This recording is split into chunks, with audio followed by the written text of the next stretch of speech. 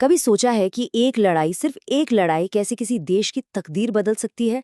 आज हम बात कर रहे हैं बक्सर की लड़ाई की। वो दिन जब एक कंपनी जो सिर्फ व्यापार करने आई थी, उसने एक पूरे साम्राज्य को घुटनों पर ला दिया।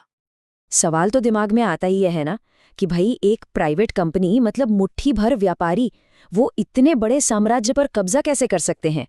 और इसका जवाब पता है कहाँ है? हथियारों में नहीं, बल्कि दिमाग में, रणनीति में। और ये पूरी कहानी, ये पूरी पहेली सुलझती है एक ही दिन में, एक ही लड़ाई में। नाम था बक्सर की लड़ाई। तो चलिए थोड़ा टाइम में पीछे चलते हैं, देखते हैं कि आखिर ये सब हुआ कैसे। देखिए, ये सिर्फ एक मामूली लड़ाई नहीं थी, नहीं, ये तो वो चिंगारी थी जिसने भारत में ब्रिटिश राज की वो आग लगाई जो सदियों तक नहीं बुझी। अब देखिए, कंपनी की ताकत बढ़ रही थी, तो इसे रोकने के लिए उस वक्त के भारत के 3 सबसे बड़े, सबसे ताकतवर शासक एक साथ आ गए। मतलब कागज पर तो ये गठबंधन ऐसा था जिसे कोई हरा ही नहीं सकता। पर जैसा अक्सर होता है, इस गठबंधन में दरारें पहले से थीं और अंग्रेजों की नजर बहुत तेज थी। उन्होंने ये दरारें देख लीं। जरा इस गठबंधन की ताकत का अंदाजा लगाइए। एक तरफ मुगल बादशाह शाह आलम द्वितीय, जिनका नाम ही पूरे हिंदुस्तान में काफी था।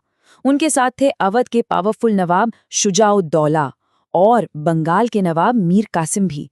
मतलब ये उस जमाने की ड्रीम टीम थी एक तरह से। और अब जरा नंबर्स पर नजर डालते हैं। एक तरफ 40,000 से भी ज्यादा सैनिक और दूसरी तरफ ईस्ट इंडिया कंपनी के सिर्फ 17,000 सिपाही। मतलब ये तो कोई मुकाबला ही नहीं था। लड़ाई तो शुरू होने से पहले ही खत्म हो जानी चाहिए थी, है ना? तो फिर आखिर हुआ क्या?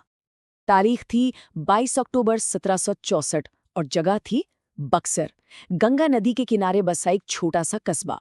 उस सुबह किसी को अंदाजा तक नहीं था कि अगले कुछ ही घंटों में इसी जमीन पर हिंदुस्तान की अगली 2 सदियों की कहानी लिखी जाने वाली थी। लड़ाई शुरू हुई सुबह सुबह, सूरज की पहली किरण के साथ। भारतीय सेना ने पूरे दमखम से हमला बोला, लेकिन हैरान करने वाली बात यह है कि सिर्फ 20 मिनट के अंदर अंग्रेजों की डिसिप्लिन्ड फौज ने इस पूरे हमले को तितर-बितर कर दिया और दोपहर होते होते मैदान में एक अजीब सी खामोशी थी। खेल खत्म हो चुका था। तो सवाल फिर से वही है, आखिर ये हुआ कैसे? इतनी बड़ी सेना के सामने मुट्ठी भर सिपाही कैसे जीत गए? जवाब बहुत सिंपल है, सिर्फ 2 शब्द, डिसिप्लिन और स्ट्रैटेजी। हार की सबसे बड़ी वजह वो थी तालमेल की कमी। मतलब तीनों भारतीय शासक लड़ तो साथ में रहे थे, लेकिन एक होकर नहीं, वो एक टीम की तरह नहीं लड़ रहे थे।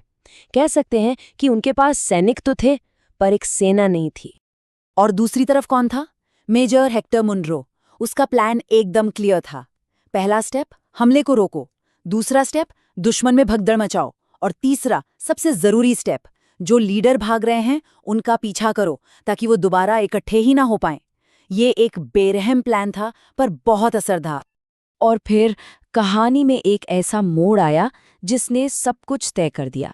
अवध के नवाब शुजा-उद-दौला ने अपनी जान बचाने के लिए नदी पर बना नावों का पुल ही उड़ा दिया, और ऐसा करके उन्होंने अपने ही बादशाह और हजारों सैनिकों को दुश्मन के रहमो करम पर मरने के लिए छोड़ दिया। ये सिर्फ हार नहीं थी, ये तो धोखा था, अपने ही लोगों के साथ। और जो नुकसान के आंकड़े हैं ना, वो इस कहानी को और भी साफ कर देते हैं।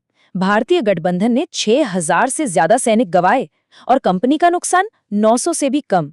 ये लड़ाई नहीं थी, ये तो एक तरफा मार-काट थी। तो लड़ाई तो जीत ली गई, पर असली पिक्चर तो अभी बाकी थी। असली इनाम तो अब मिलने वाला था। ये सिर्फ जमीन की लड़ाई नहीं थी, ये लड़ाई थी भारत के खजाने की चाबियों के लिए। कंपनी को फौरन क्या मिला? 10 लाख रुपए से ज्यादा कैश। उस जमाने में ये एक बहुत बहुत बड़ी रकम हुआ करती थी, पर ये तो बस ट्रेलर था। असली इनाम था दीवानी राइट्स। अब ये क्या था? इसका मतलब था भारत के 3 सबसे अमीर सूबों, बंगाल, बिहार और उड़ीसा, से टैक्स वसूलने का अधिकार। बस एक झटके में ईस्ट इंडिया कंपनी, जो कल तक व्यापारी थी, अब शासक बन गए। रातों रात। अब वो सिर्फ माल नहीं खरीद बेच रहे थे, अब वो लोगों की किस्मत का फैसला कर रहे थे। और बस यहीं से भारत के इतिहास का वो पन्ना खुलता है जिसे हम ब्रिटिश राज के नाम से जानते हैं, एक नया और काफी अंधकार भरा अध्याय। और ये सब कितनी तेजी से हुआ जरा देखिए। 1764 में बक्सर की लड़ाई जीती।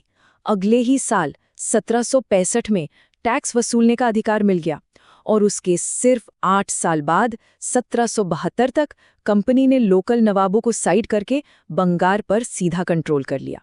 कितनी तेजी से है ना। आखिर में बक्सर की लड़ाई ने एक बात शीशे की तरह साफ कर दी कि भारतीय शासकों में एकता नाम की कोई चीज नहीं थी, और उनकी इसी फूट ने एक खालीपन पैदा कर दिया, एक वैक्यूम जिसे भरने के लिए अंग्रेज पूरी तरह से तैयार बैठे थे। और इसी खालीपन ने भारत को अगले 200 सालों की गुलामी में धकेल दिया। तो आखिर में बस एक ही सवाल बचता है, क्या होता अगर उस दिन बक्सर के मैदान में वो तीनों शासक एक साथ, एक होकर, एक टीम की तरह लड़े होते? शायद आज भारत का इतिहास और इसका भविष्य दोनों ही कुछ और होते। ये सोचने वाली बात है ना।